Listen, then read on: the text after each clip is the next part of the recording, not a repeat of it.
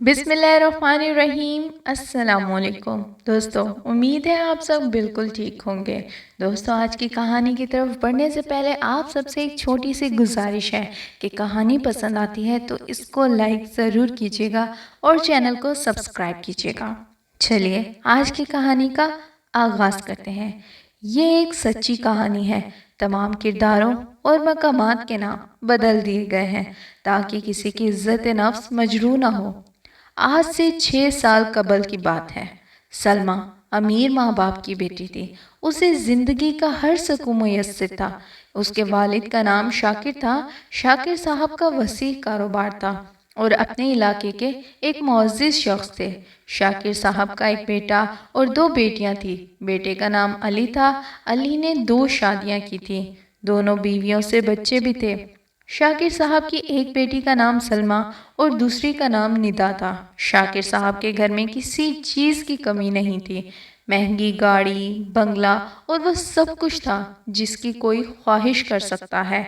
2 شادیوں کے باوجود بھی وہ لوگ ایک اچھی زندگی گزار رہے تھے، کیونکہ آج کل زندگی گزارنے کے لیے دیکھا جائے تو پیسہ ہی سب سے زیادہ اہمیت کا حامل ہے، اور پیسہ ماشاءاللہ سے ان کے پاس وافر مقدار میں تھا۔ شاکر صاحب کے گھر کئی ملازم کام کرتے تھے۔ شاکر صاحب بہت خدا ترس آدمی تھے۔ خاندان میں اور باہر بھی سب کی ہر ممکن مدد کیا کرتے تھے۔ شاکر صاحب نے اپنی ساری اولاد کے نام 4 پلاٹ بھی کیے ہوئے تھے تاکہ مستقبل میں ان کے کام آ سکیں۔ غرض سب کچھ بہت ہی اچھا چل رہا تھا کہ ایک دن شاکر صاحب کے بیٹے علی کی طبیعت بہت زیادہ خراب ہو گئی۔ ہسپتال چیک اپ کروایا تو پتہ چلا کہ اس کا جگر خراب ہو گیا ہے، اور ڈاکٹرز نے یہ بتایا کہ جگر کی پیوند کاری کے لیے یعنی ٹرانسپلانٹ کا مشورہ دیا گیا۔ شاکر صاحب نے جب ٹیسٹ وغیرہ کرائے تو ان کی چھوٹی بیٹی سلمیٰ کا جگر بھائی کے جگر سے میچ کر گیا۔ اب سلمیٰ نے اپنے بھائی کو اپنے جگر کا ٹکڑا دینا تھا تاکہ اسے ٹرانسپلانٹ کیا جا سکے۔ سلمیٰ نے بھائی کی مدد کرنے کی حامی بھر لی۔ شاکر صاحب نے اپنے بیٹے اور ایک بیٹی سلمیٰ کے حصے کا پلاٹ بیچنے کا ارادہ کیا اور کہا کہ سلمیٰ ابھی چھوٹی ہے، میں اس کے حصے کا پلاٹ بیچ دیتا ہوں، جب اس کی شادی کا وقت آئے گا تو اور لے دوں گا۔ سلمیٰ کی عمر اس وقت 16 سال تھی۔ شاکر صاحب نے پلاٹ بیچ کر 1.5 کروڑ کی رقم اکٹھی کر لی اور یہ رقم علی کی چھوٹی بیوی کے پاس رکھوا دی۔ علی کی دونوں بیویاں ایک ہی گھر میں سب کے ساتھ رہتی تھیں۔ علی کی چھوٹی بیوی بہت شاطر عورت تھی، جبکہ بڑی بیوی بہت ہی اچھی تھی۔ ڈاکٹروں نے ٹرانسپلانٹ کے لیے ابھی کچھ دن کا وقت دیا تھا۔ گھر والوں کی طرف سے تمام تیاریاں مکمل ہو چکی تھی۔ ابھی یہ سب چل ہی رہا تھا کہ ایک دن ایسا ہوا کہ شاکر صاحب، ان کی بیوی اور ان کا بیٹا علی کی بڑی بیوی عائشہ اور شاکر صاحب کی ایک بیٹی ندا گاڑی میں ایک شادی پر جا رہے تھے۔ راستے میں گاڑی کا ایکسیڈنٹ ہو گیا۔ شاکر صاحب کے علاوہ تمام لوگ موقع پر ہی دم توڑ گئے تھے۔ شاکر صاحب کو ہسپتال لے جایا گیا تو وہ 2 ماہ تک ایمرجنسی میں ہی داخل رہے۔ ایک دن شاکر صاحب نے اسپتال میں اپنی بیٹی سلمیٰ کو 1 لاکھ روپیہ دیا اور کہا کہ اگر مجھے کچھ ہو جائے تو یہ پیسے میرے کفن دفن کے کام میں لگا دینا، میں تم سے کچھ نہیں مانگتا۔ میں اپنے پیچھے بہت کچھ دولت چھوڑ کر جا رہا ہوں، تم آرام سے زندگی گزار لو گی میرے بعد، میرے بھائی بھتیجے تمہارا خیال رکھیں گے۔ لیکن شاکر صاحب کو کیا خبر تھی کہ وقت سلمیٰ کو کیا کیا دکھ دکھانے والا ہے۔ اگلے ہی دن شاکر صاحب ہسپتال میں ہی وفات پا گئے۔ آپ لوگوں کو بتاتا چلوں کہ سلمیٰ ہماری گروپ ممبر ہی ہے۔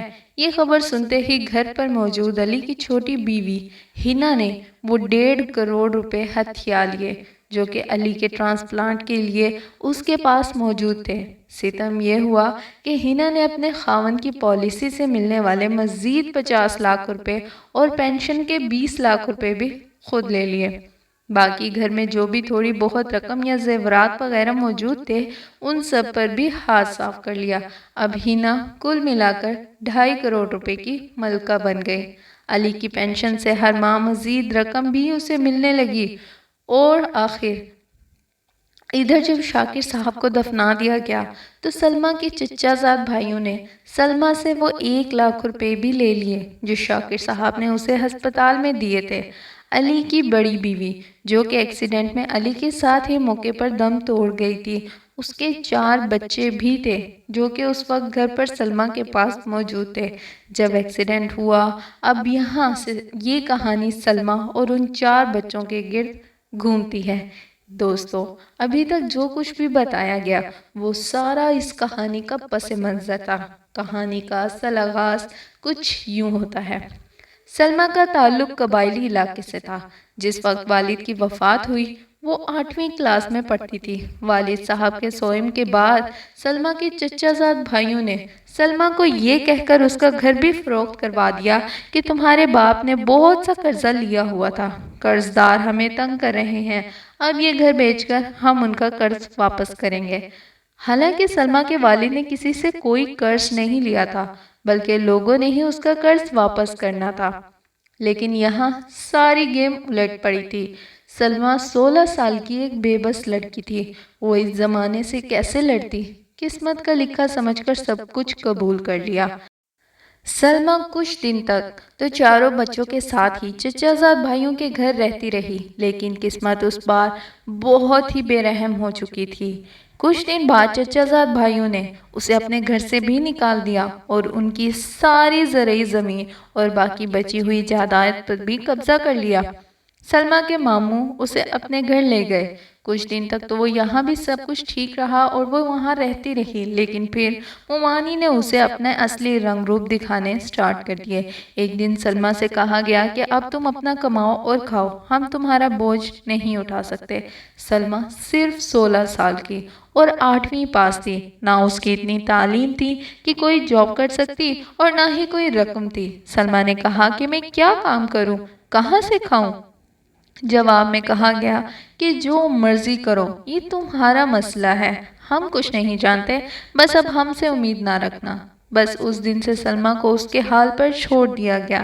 سلمہ اور 4 بچوں کو رہنے کے لیے گھر کے کونے میں ایک ایسا کمرہ دیا گیا جس میں پہلے جانور باندھے جاتے تھے۔ سلمہ اور کمرے میں ہر طرف گندگی ہی گندگی تھی۔ سلمہ اور ان بچوں کو بستر بھی نہیں دیے گئے اور نہ ہی نیچے بچھانے کے لیے ایک چٹائی تک دی گئی۔ پہلے دن سلمہ نے کمرے کی صفائی وغیرہ کی اور گتے کے ٹکڑے نیچے بچھا کر اس پر سونے لگے۔ وہ سلمہ جس کے ایک اشارے پر نوکرانیاں بھاگی چلی آتی تھیں، آج وہی سلمہ بغیر بستر کے سونے پر مجبور تھی۔ ان 4 بچوں میں سے سب سے چھوٹے کی عمر صرف 6 ماہ تھی اور سب سے بڑے بچے کی عمر 8 سال تھی۔ سلمہ کے پاس نہ کھانے کو کچھ تھا اور نہ ہی پہننے کے لیے۔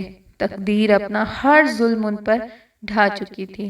ان سب پریشانیوں کی وجہ سے سلمہ بیمار رہنے لگی۔ بعض اوقات تو سلمہ کا دل کرتا کہ وہ خودکشی کر لے، لیکن پھر اپنے بھتیجوں کی طرف دیکھ کر اس کا دل دہل جاتا۔ سلمہ کے سوا اس دنیا میں ان کا دوسرا اور کون تھا؟ جب ان بچوں کی سوتیلی ماں یعنی کہ ہنا کو کہا گیا کہ تم نے سب کچھ خود ہی ہتھیا لیا ہے، کم از کم ان یتیم بچوں کا حق تو انہیں دے دو، اور کچھ نہیں تو ان کے والد کی جو پینشن ہر ماہ آتی ہے اگر تم وہی انہیں دے دو تو ان کا گزارا ہو جائے گا۔ لیکن جواب ملا کہ یہ سب صرف میرا اور اپنے 2 بچوں جو کہ میرے پاس ہیں، صرف انہی کا حق ہے، میں نے کسی کو کچھ نہیں دینا، میری طرف سے چاہے بھوکے مر جائیں، آئندہ مجھے کوئی ایسی بات نہ کرنا۔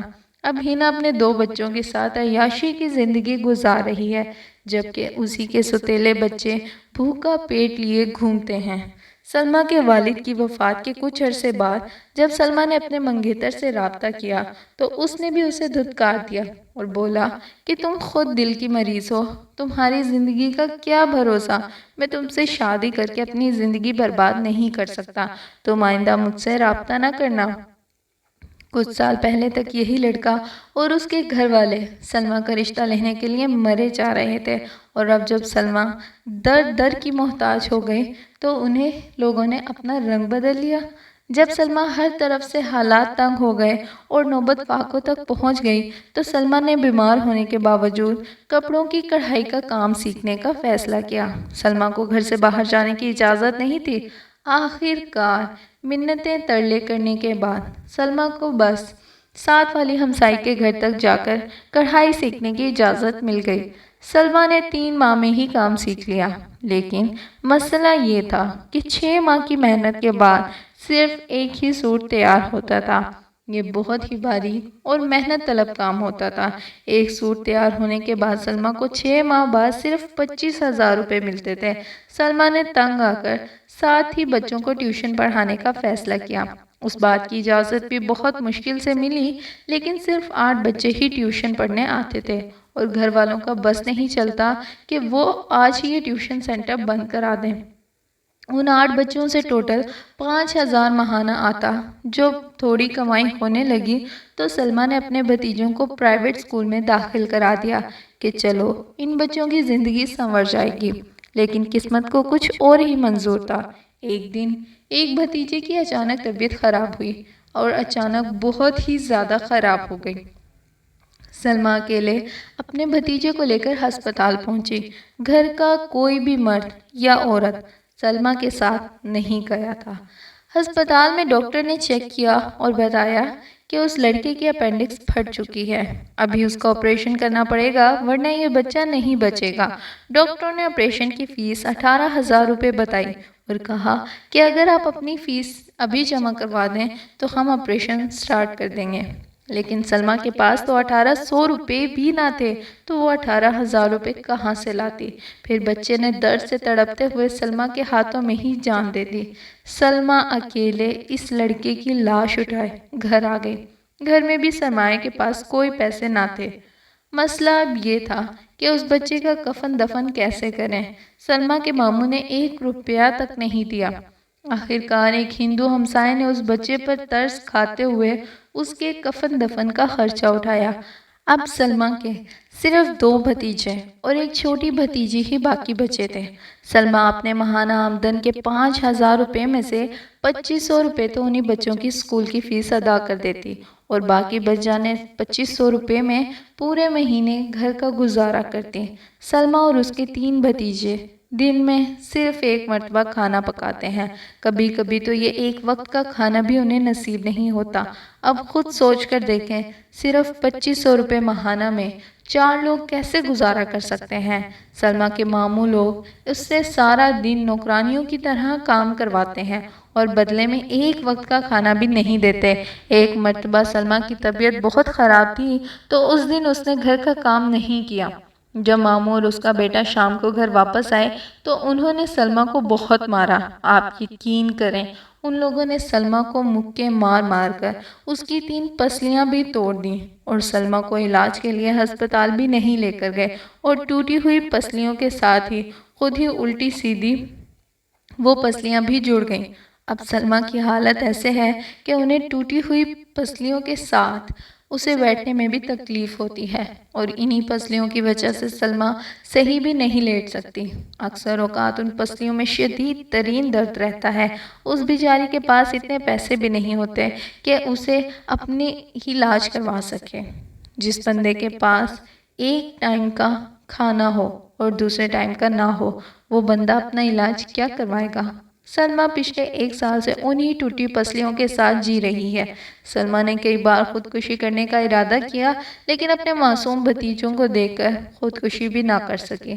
اب آپ خود اندازہ لگا لیں کہ کوئی انسان اتنا کچھ ہو جانے کے باوجود کیسے زندگی گزار رہا ہوگا۔ کچھ عرصے بعد سلمیٰ نے تھوڑے پیسے اکٹھے کیے اور اپنے رہنے کا کمرہ سیٹ کر لیا۔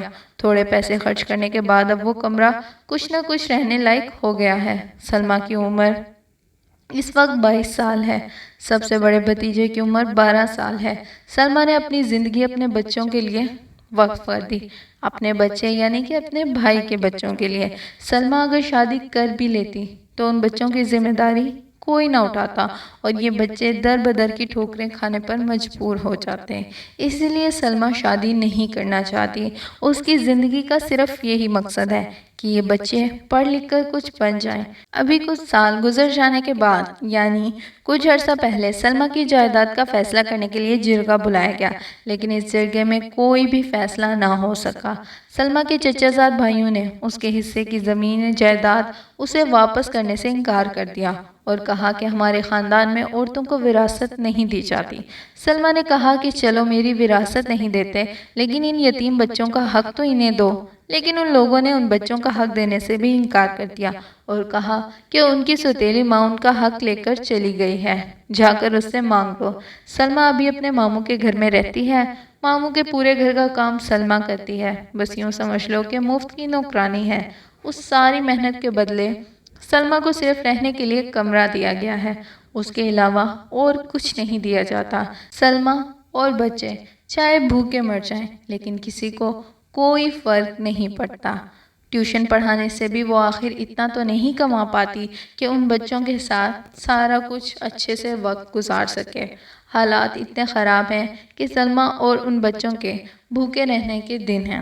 دوستو، آپ ہی یہ کہانی سن کر سوچیں ذرا کہ کس طرح کا زمانہ ہے اور کس قسم کے لوگ ہیں۔ نہ جانے لوگ کیا سمجھتے ہیں، نہ جانے لوگ خود کو خدا کیوں سمجھ بیٹھے ہیں، نہ جانے ہم میں سے یہ ساری ہمدردی اور ہماری ہدایتیں کہاں چلی گئی ہیں۔ دوستو، اگر کہانی پسند آئی ہو، اگر آپ نے اس کہانی سے کچھ سیکھا ہو، دوستو یہ ایک سچی کہانی ہے اور یہ واقعات تقریباً اگر ہم دیکھیں تو بہت سے گھروں میں ہمیں ملیں گے، لیکن ہم لوگوں کو شکر ادا کرنا چاہیے کہ اللہ تعالیٰ نے ہمیں اتنا کچھ دے رکھا ہے اور جسمانی اور ذہنی طور پہ ہر طرح سے سکون کی زندگی ہونے کے باوجود ہم لوگ نہ جانے کتنی ناشکری کر بیٹھتے ہیں۔ دوستو، کہانی پسند آئی ہے تو اس کو لائک کیجئے اور چینل کو سبسکرائب ضرور کیجئے۔ پھر ملیں گے نیکسٹ ویڈیو میں، تب تک کے لیے اپنا خیال رکھیے، اپنے ماں باپ کا خیال رکھیے، خوش رہیے، خوشیاں بانٹیے۔ اللہ حافظ۔